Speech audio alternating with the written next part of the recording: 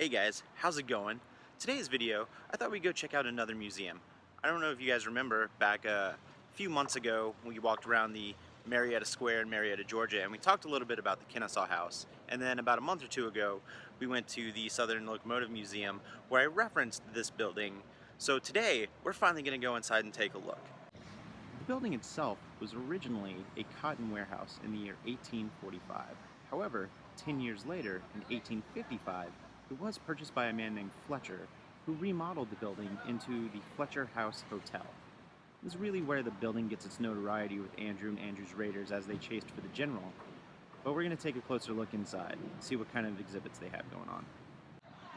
And it should also be noted that there are a couple of ghost stories associated with this place. So while we're here, we're definitely going to dive into those and see if we can find some truth to the stories. Let's go.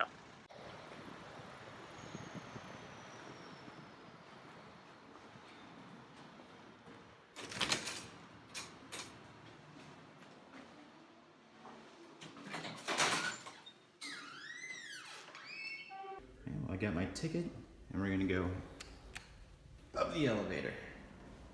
Nice piece of artwork in the elevator. I think we're going to start here in this general history section.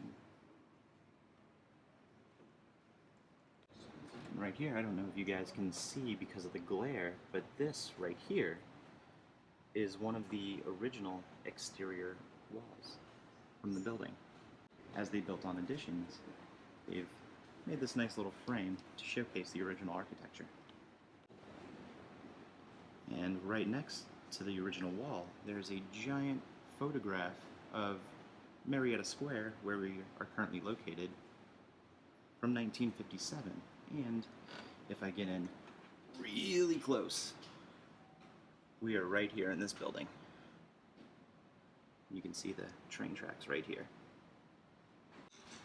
Right here, there is a little bit of a timeline notating the first people in Georgia, the indigenous tribes that lived in the area, and you see this timeline right here of when everything occurred, and right next to it there are about 6 examples of some pottery sherds that have been found in the area. And because those pottery sherds were excavated in the area, there's a nice little exhibit right here all about archaeology and the discipline of archaeology. Jordan Gasly, fun fact, I ended up getting a degree in history, but I closely almost went with archaeology, or anthropology rather, because archaeology is a subset of anthropology. I almost majored in anthropology to become an archaeologist, but I decided to go the historian route. Down here is a little bit of example of some tools that archaeologists use as they are excavating through the dirt and the ground and the earth.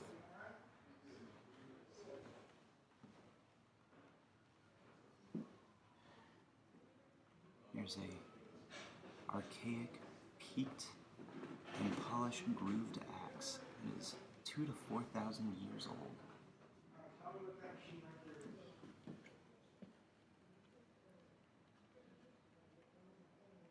God, that's insane how old this stuff is, and it's right under our feet. It just blows my mind. Right here, this case showcases a lot of local businesses in the Marietta area, but the one of most important to note is this game for the big chicken.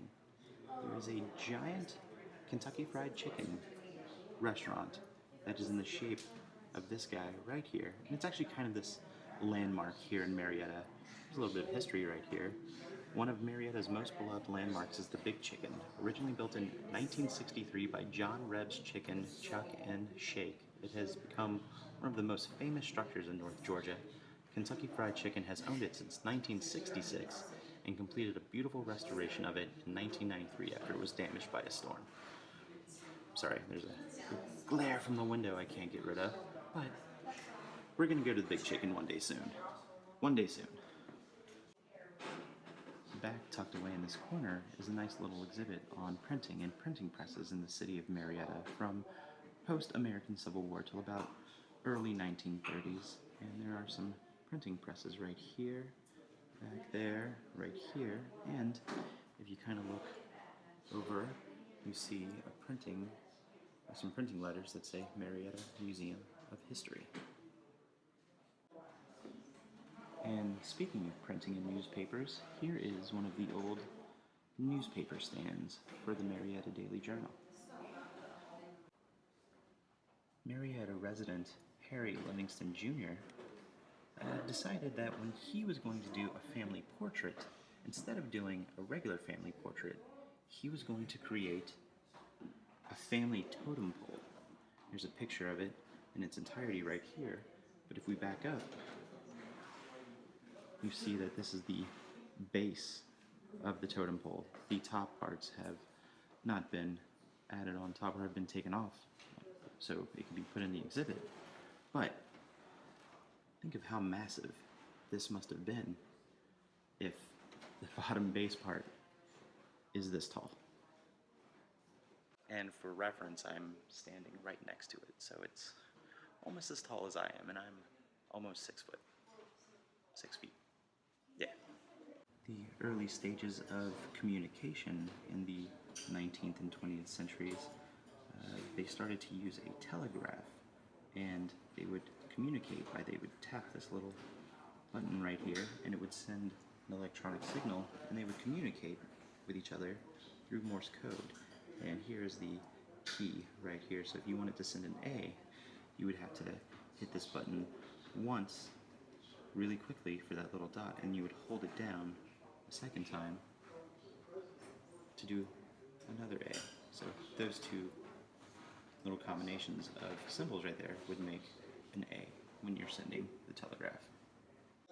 And as technology progressed, communication became more important, so telephones and switchboard operators came into the picture. And somebody would sit here, and if you wanted to call somebody, they would have to connect lines from your telephone to their telephone, and they would sit here and wear one of these little headsets. So you'd have to call the switchboard operator in order to connect to your friend or your pal or your buddy who was nearby. These look kind of familiar because a lot of video game systems today kind of use something similar. Whenever you want to talk over the internet with your buddies, you would use one of these headsets. But this is very early communication, so this was more for telephone and switchboard purposes. No internet existed. This museum identification card here gives a history of public phones, and the pay telephone was introduced as early as 1878, and then it kind of evolved throughout the years. Right here is an exhibit of an old payphone booth. They didn't have cell phones, much like the one I'm filming on now, because it just didn't exist. So if you needed to call somebody while you were out and about, you would have to hop into one of these phone booths, and you would have to put a quarter in the machine. You guys can't see, and I can't turn on the light because this is a museum exhibit and flash and light is prohibited. And you would put a quarter right here. You would have to dial your friend's number and pick up the phone. And if your friend didn't pick up, you'd have to hurry up and hang up the phone, and then you'd be able to get your quarter back right here. But they have a door that would close so you would get privacy, and that's kind of how you had to talk to people whenever you were out and about before the days of cell phones. And right here we have the man's room, J.J. Andrews.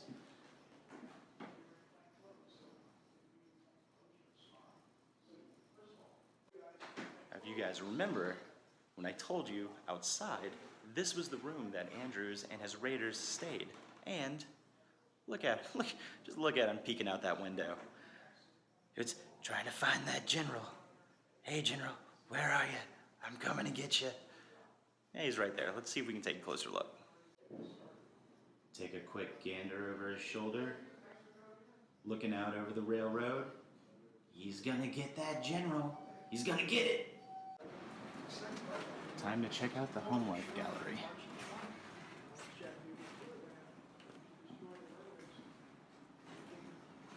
I'm walking in, and turning to my right, there is a 1920s Weber Parlor grand piano. If I can a little bit lean over, you can see the detail of the painting on the key cover.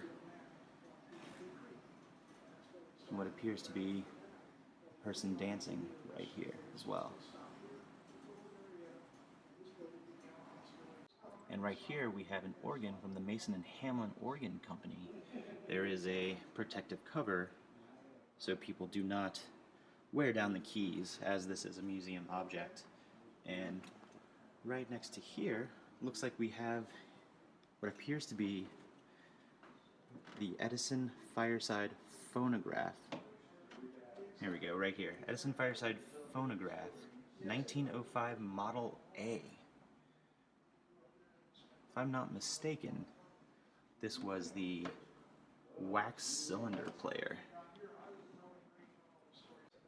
I just had to look it up on my phone, and yes, I am correct. You would actually have to put the cylinder right here, and as it would rotate, it would play. And there's also a music box here. This cylinder that has these little pegs, you would actually crank this handle right here, which would rotate this cylinder with these pegs, which would kind of be plucked by these little metal arms in the background, and it would play a song as the cylinder rotated. Okay. Well, right here we have a volunteer by the name of Dick, correct? Yes. Dick, and he's going to show us some of these music boxes that we were looking at a second ago. So let's check this one out right here. This is a mandolina from about 1885. It operates on a paper roll. The downfall of it is that it doesn't have a spring in it, so you have to constantly crank it. So if you were having people over, you had to have somebody cranking it. But when you crank it, it sounds like this. It's a nice organy sound. I like that. And if you open this flap here, it's like a volume control. It turns up the volume. Interesting.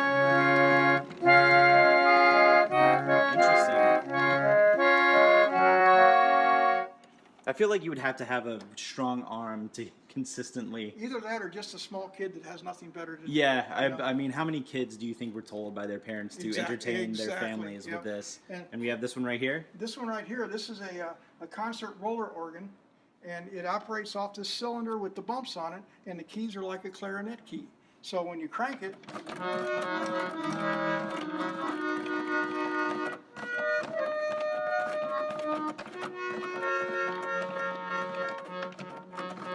so that also doesn't have a spring in it. So somebody has to stand there, and being an old machine, this is a noisy thing, so you're standing there and it's very distracting, but you know, this is what they had. This was state of the art. Right. You know, that people was. love this. This was home entertainment. You know, people I mean, would brag because they had one of these. That's your archaic stereo. Exactly. Right there. That's your archaic boombox. Exactly. And this one here, this has a spring in it. All right, and it operates off of a disc about the same size as an LP. Okay. With the metal bumps on it, which trigger the keys. There's like some etchings on here as well. That's interesting. And like I said, it's got a spring, so you can turn on the switch.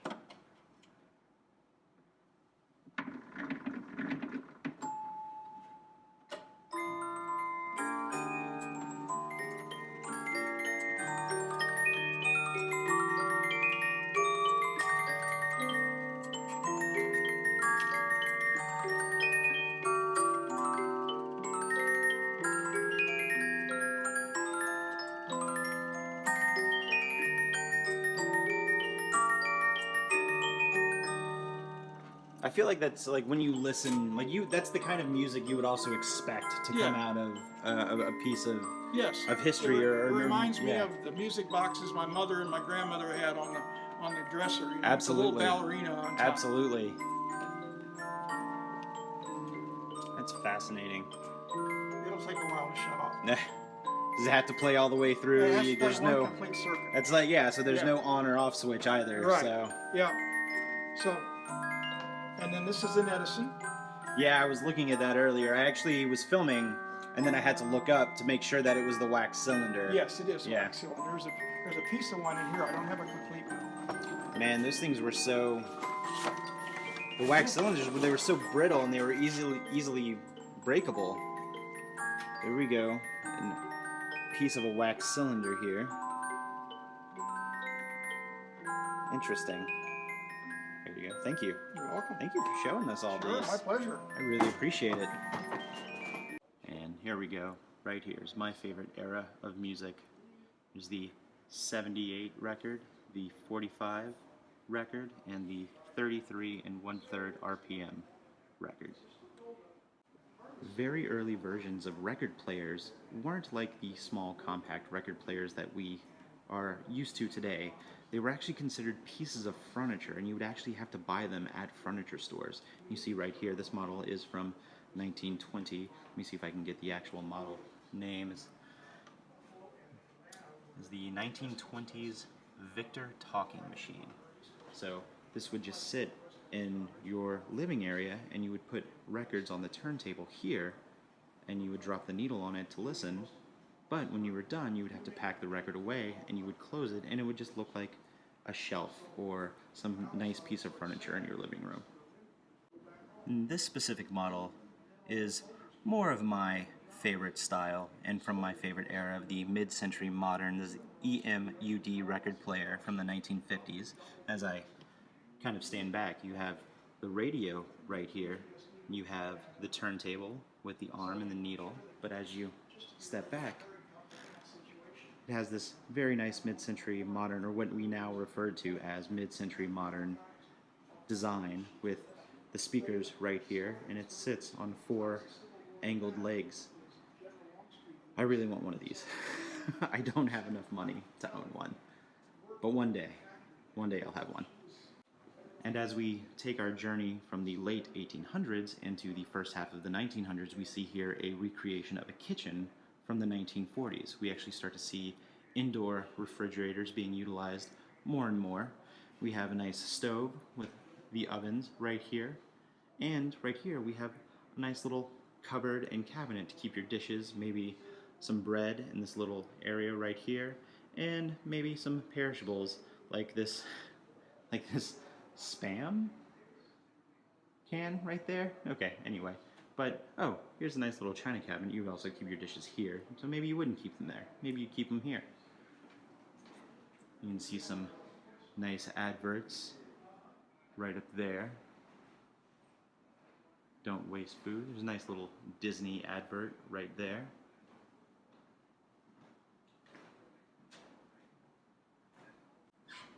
You guys see this advert up top that's advocating for carpool. Around the 1940s, after post-war with World War II, the idea of the suburb is something that started to boom. No relation to baby boomers, or maybe it is, I don't know, I'll let you guys decide. But the suburb was really starting to boom, so you would move out of the city into a home, and then you would kind of commute back and forth to the city, which is much like a lot of people do today if you lived close to a big city. But this was around the era where the suburb started to gain a lot of traction, and a lot of people started to move out of cities, but still tended to work in cities. One of the volunteers just pointed out to me this double fireplace here. I mentioned earlier in the video that this place used to be a hotel, and this dividing line right here in between the 2 fireplaces was actually where the wall was. So one fireplace would be warming this room, and another fireplace here would be warming that room. It has since now been converted into this exhibit space, and I just showed you guys the kitchen right here. But if you're wondering why there are 2 fireplaces right next to each other, that's why. So I promised you guys some ghost stories, and these 4 photos right here are taken in the room that I'm standing in right now, actually in the place that I'm standing in right now, of a supposed apparition. You can kind of see her.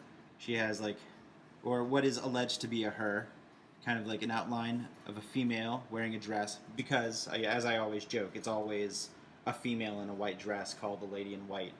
So people who name ghosts need to be a little bit more original, in my opinion. However, so this is the spot right here. Let me see if do you mind if I take this photo real quick? So if we're looking right here, let me see if I can line it up a little bit. That's about as good as we're gonna get. That's that room right there. And that is the counter. So as we kind of look back at the other photo, we start to see a little bit of a light anomaly. right here.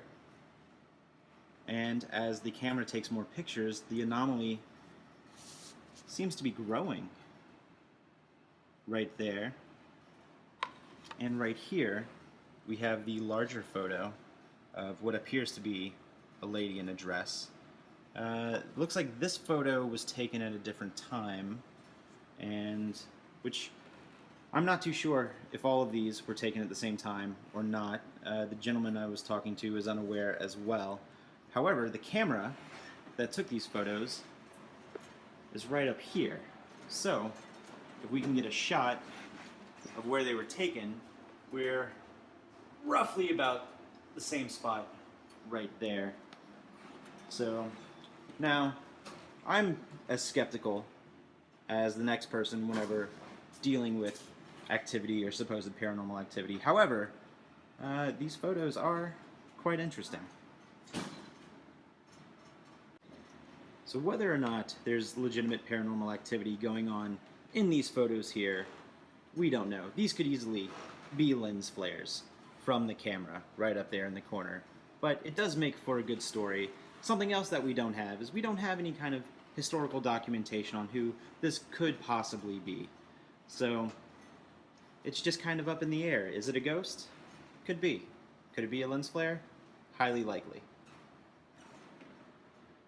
So I'm not quite convinced that this place is haunted by a ghost. However, those pictures were very interesting. I did like them, but they're easy to fake and they're easy to recreate.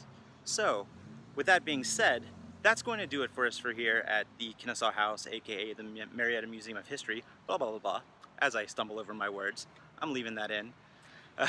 That's going to do it for us here at the Marietta Museum of History. If you're new here, please go ahead and hit the subscribe button, hit the like button. I really appreciate it. Hit the little bell notification that kind of keeps you up to date on some of the endeavors that I have going on with this channel.